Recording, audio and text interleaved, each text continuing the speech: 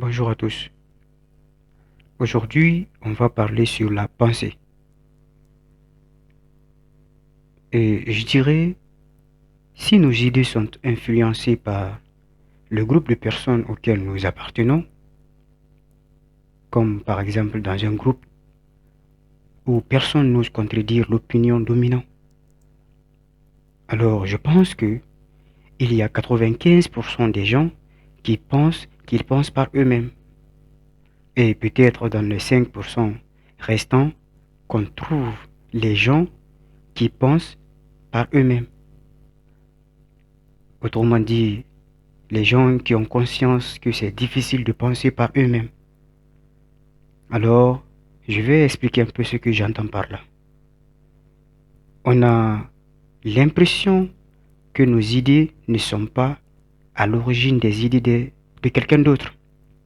C'est-à-dire, nos opinions sont les nôtres. On le pense vraiment.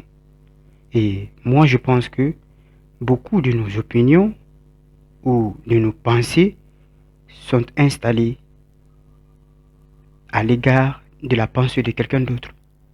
Mais par contre, l'expérience qu'on a directe vis-à-vis de notre pensée, c'est de se dire à nous-mêmes que notre pensée vient de nous-mêmes. Et vous savez, René Girard qui affirmait à propos du désir, c'est que René Girard, c'est un philosophe et il a toute une théorie sur le désir mimétique, sur la rivalité mimétique. Et il parle d'un postulat, je cite, tout le monde pense que son désir lui est propre.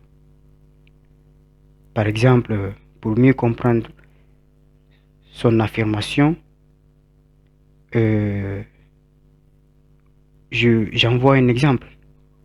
Par exemple, tu veux aller dans un restaurant et tu es là, dans la rue, tu te demandes, tu veux aller dans quel restaurant? Et tu te dis, ah, tiens, je veux aller dans ce nouvel restaurant. Eh bien, en ce moment, tu te dis que ton désir vient de toi. Eh bien, pour Girard, il dit que ton désir est imité, il est copié, il est inspiré par le désir des autres. Parce que tu avais choisi ce restaurant car tu avais vu qu'il y avait du monde dans ce restaurant. Et tu as voulu faire comme tout le monde. Voici un peu l'idée qu'on a du désir, de ce que les autres désirent. Et moi, je pense que ça marche aussi pour la pensée.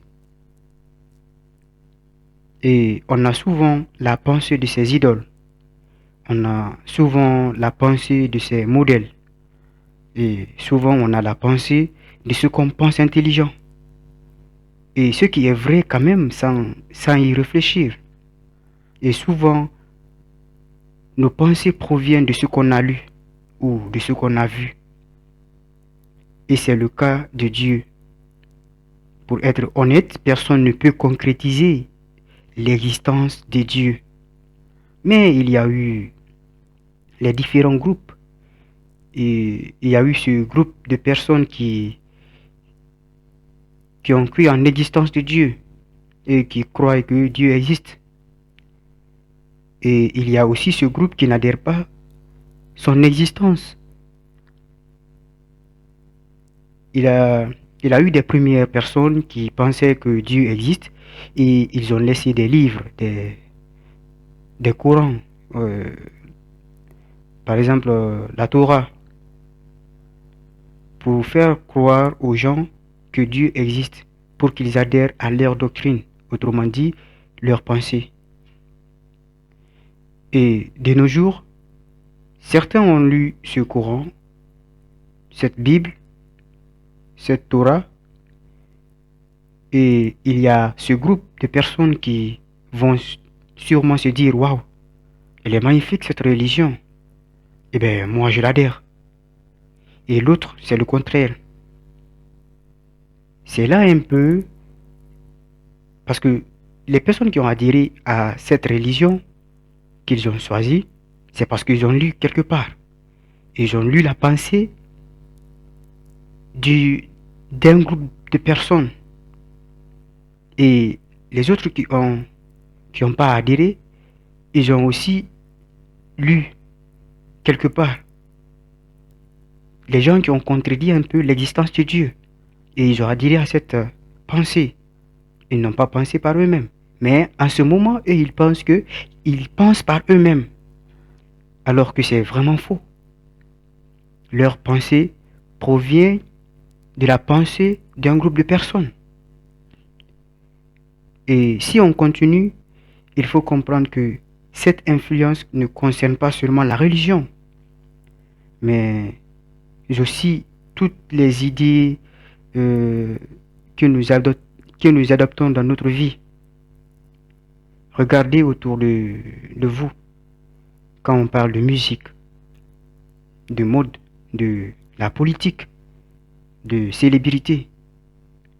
Combien de fois avons-nous pensé que nos choix étaient vraiment les nôtres? Combien de fois avons-nous simplement suivi, combien de fois avons-nous simplement suivi que nos amis, nos, nos parents, notre entourage faisaient ou pensaient sans nous en rendre compte? Mais quand même, on a suivi. On dit quand même les oiseaux de même espèce volent ensemble. C'est parce qu'on a les mêmes idéologies, on a les mêmes pensées que j'ai suivi cet ami.